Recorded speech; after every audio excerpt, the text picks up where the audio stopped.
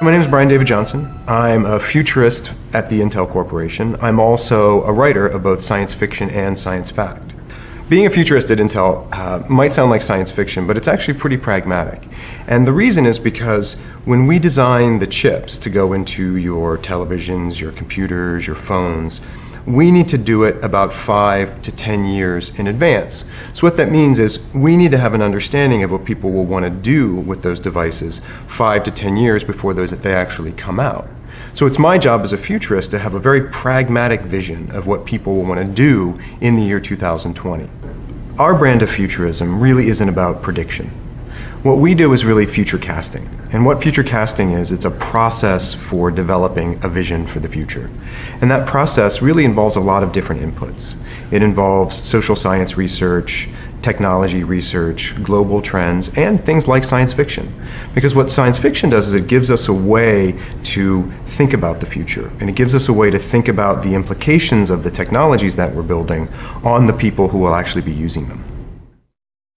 So when we look out into the future and we think about what future technologies will people be using 5, 10, 15 years from now, one of the things that we see is sensors. We're going to have a lot more sensors in the future than we do today, but what those sensors are going to be a little different. So we're going to have accelerometers and we're going to have GPS, but also we'll have cameras. We'll have what we call soft sensors, which is really software that gets an understanding of what you like, where you are, gives you better recommendations. So it's a way of taking hardware and software and putting them together so that you have a better experience around sensing that then can feed your devices with more information. What I think is pretty interesting about the Morrow Project is it brings together some really smart science fiction writers and future thinkers. And what they've done is they've taken the technology that's being developed inside of Intel's labs, and also technology that's being developed around the world, and they put it into their stories. But like all good science fiction, the stories aren't about technology. The stories are actually about people. The stories are about the people and the world that they live in. Technology might enable it, technology might move throughout it, but really it's about people. And for us, that's really important because at Intel, when we're doing design, when we're doing this future casting, when we're designing these future platforms, it really is about people and how people will use these different platforms.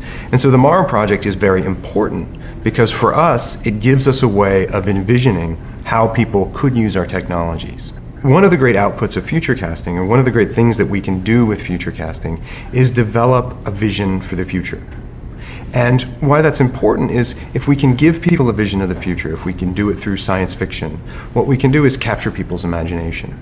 And the reason why that's so important is because if we can capture people's imaginations, then we can really start asking ourselves, what is the type of future we want to live in? What do we want our world to be like in 5, 10, 15 years? And that visioning of the future can be incredibly powerful.